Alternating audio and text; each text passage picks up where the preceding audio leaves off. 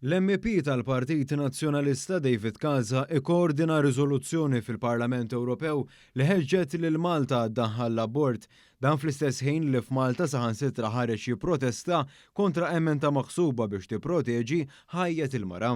One News jista' jikkonferma li fin-negozjati dwar din ir-riżoluzzjoni kontra Malta, David Casa m'opponix li jiddaħħal dan il-paragrafu li jitlob lil Malta iddaħħal l-abort u finalment anke vota fuq ir-riżoluzzjoni kif inhi. Jirriżulta li fin-negozjati kemm hu kif ukoll in-nies mill-uffiċċju tiegħu saħħu li sakemm ikollhom appoġġ għal klawżoli oħrajn kontra Malta, inkluż dawk ibbażati fuq informazzjoni żbaljata, huma ma kinux se jagħmlu kruċjati biex dan il-paragrafu ma jidħolx u fil-fatt daħal.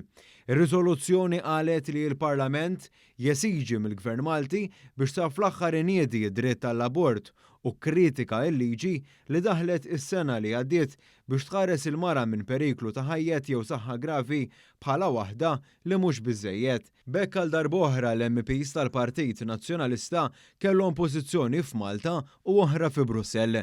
Filwaqt li sakemm jistgħu jattakkaw lil Malta lesti li jikkompromettu kollox.